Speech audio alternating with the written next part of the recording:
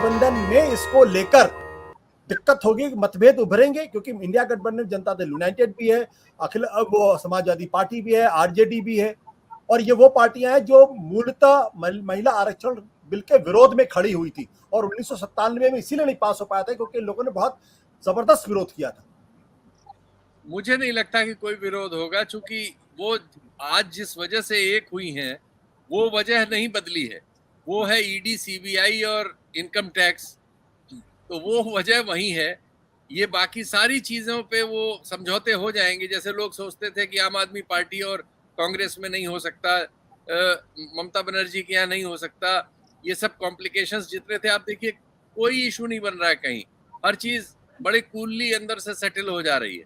तो ये चीज भी सेटल हो जाएगी कि भाई आप वो कहते रहो, हम ये कहते रहे, और हम 2024 में साथ साथ लड़ रहे हैं, वो हो जाएगा। अजय जी प्लीज। हाँ, पहले अजय, दिन प्रिया। अजय जी, आशुतोष जी, मतलब अभी का एक और मुझे जो पॉलिटिकल कारण लग रहा है कि जो लगातार कास्ट सेंसस की बातें हो रही हैं, मुझे लगता है उसको न्यूट्रलाइज करने के लिए विमेंस रिजर्वेशन बिल लेकर आया है। ये एक संभावना हो सकती है क्योंकि लगातार जो बीजेपी है, मतलब इंडिया अलायंस कास्ट सेंसस को लेकर बातचीत कर रही है। एक दो इक्का दुक्का पार्टी, तृणमूल कांग्रेस अभी भी इंडिसाइसिव है, लेकिन ये बात उनको लग रहा है कि ये जो नीतीश कुमार ने कास्ट सेंसस करने की कोशिश की, नवीन पटनायक, और ये लगातार ये कोटा विद इन सब कोटा जो है अति पिछड़ों का, रोहिणी कमीशन भी बना था, और उत्तर प्रदेश लगातार फंसी हुई है। 2017 में जब ओम प्रकाश राजभर इंडिया छोड़कर गए थे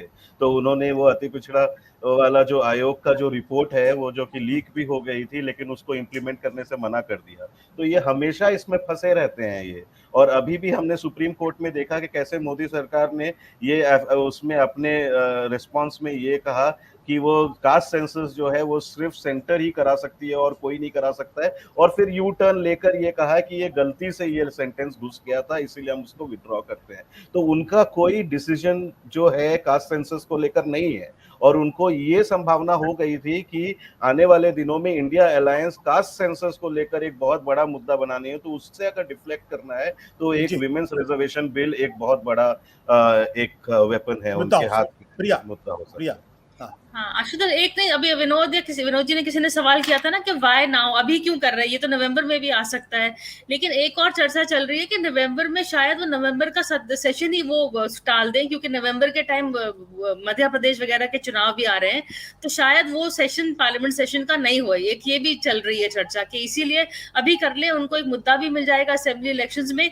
लेकिन मैं ये फिर से कहना चाहती हूँ कि अगर वो राजस्थान इलेक्शंस में जाए विदाउट वसुंधरा राजे का नाम ऊपर करने के लिए, फिर क्या विमेंस रिजर्वेशन, उनको फिर कुछ ना कुछ तो फिर अपीजमेंट करनी पड़ेगी वहां पर भी। पर मुझे लगता है शायद इसलिए उन्होंने जल्दी बुला दिया, एक उनको बहाना मिल गया जल्दी करने के लिए। ठीक है विनोद जी, फाइनल वर्ड। देखिए, तो जो अभी प्रिया ने कहा ना, तो यूं तो 2018 में भी नवंबर दिसंबर में चुनाव हुए थे विधानसभा के, और 2019 में चुनाव हुए थे लोकसभा के, तब उन्होंने सेशन वो नहीं किया था, तब शीतकालीन सत्र हुआ था, स्पेशल सेशन नहीं बुलाया था किसी काम के लिए।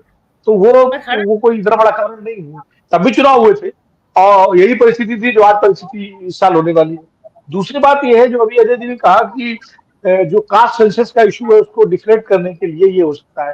कास्ट सेंसस का इशू तब भी जिंदा रहेगा। वुमेन रिजर्वेशन बिल ले आए आपने कर दिया, उसके बाद भी इंडिया अलायंस के जो घटक दल है कास्ट सेंसस की डिमांड उठाते रहेंगे। कास्ट सेंसस को करने के लिए, डिफरेंट करने के लिए रोहिणी कमीशन को लाकर के आप थोड़ा बहुत कर सकते हैं, लेकिन उसमें एक पेच फंसता है। उसमें पेच ये फंसता है कि बिना कास्ट सेंसस के आपके पास आंकड़े कहां से आ जाएंगे कि किसको कितना मिलना चाहिए। तो जाति जनगणना के आंकड़े तो आपको देने पड़ेंगे। अगर आप रोहिणी कमीशन की सिफारिशों को भी लागू करना चाहेंगे तो भी आपको जाति जनगणना तो करानी पड़ेगी। इसलिए रोहिणी कमीशन में पेच फंसा हुआ है, उसको मानने का मतलब जाति जनगणना को मानना है। तो कास्ट सेंसस का इशू डेड होने वाला नहीं है, वो तो बना रहेगा। तीसरी बात ये मैं कहूंगा कि जो मंडलवादी पार्टियां हैं वो इसी तरह अपने कदम पीछे खींच सकती है, जैसे एक समय कांग्रेस और बीजेपी दोनों मंडल आयोग के खिलाफ थे, लेकिन बाद में उस मंडल के समर्थन में आ गए, बीजेपी भी आ गई, कांग्रेस भी आ गई। कांग्रेस जाति जनगणना के खिलाफ थी, आज जाति जनगणना के पक्ष में है। तो और जो इस महिला रिजर्वेशन बिल के सबसे ज्यादा मुखर नेता थे मुलायम सिंह यादव वो आज इस दुनिया में नहीं है। लालू प्रसाद यादव बहुत ही अब बैक सीट पे हैं। वो आपके शरद यादव वो इस दुनिया में नहीं है। रामविलास पासवान वो इस दुनिया में नहीं है। तो 3 बड़े नेता तो बाहर हैं और चौथे लालू जी इससे थोड़ा सा वो बैक सीट पे हैं। नीतीश जी को हम मान सकते हैं, तो वो इस वक्त इतना मुद्दा नहीं बनाएंगे। तेजस्वी और अखिलेश वो थोड़ा नए जमाने के हैं, तो शायद इतना इस मुद्दे पर अड़ेंगे।